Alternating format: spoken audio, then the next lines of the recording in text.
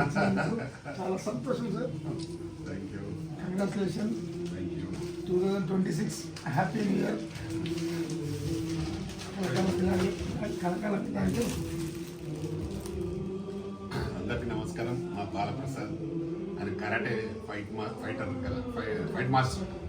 మా ఛాంబర్లో fighter member. మంచి ఫైట్స్ చేస్తారు వీళ్ళంతా. మా రవి టీం మన సినిమాలు కూడా చేసినారు. చాలా సినిమాలు చేస్తున్నాడు ఆయన ఇండస్ట్రీలో, తెలుగు ఇండస్ట్రీలో చాలా సినిమాలు ఫైటర్గా చేస్తున్నాడు.